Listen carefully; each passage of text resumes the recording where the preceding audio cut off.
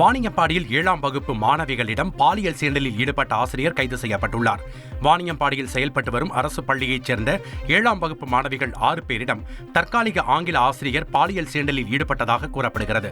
இதனைத் தொடர்ந்து பாதிக்கப்பட்ட மாணவிகள் குழந்தைகளுக்கு எதிரான பாலியல் குற்றங்களை பதிவு செய்யும் 1098 என்ற உதவி எண்ணை தொடர்பு கொண்டு புகார் அளித்தனர். சம்பவம் தொடர்பாக மாவட்ட குழந்தைகள் நல அலுவலர்கள் விசாரணை நடத்திய நிலையில் ஆங்கில ஆசிரியர் மீது போக்சோ உள்ளிட்ட 4 பிரிவில் வழக்கு பதியப்பட்டு கைது செய்யப்பட்டார்.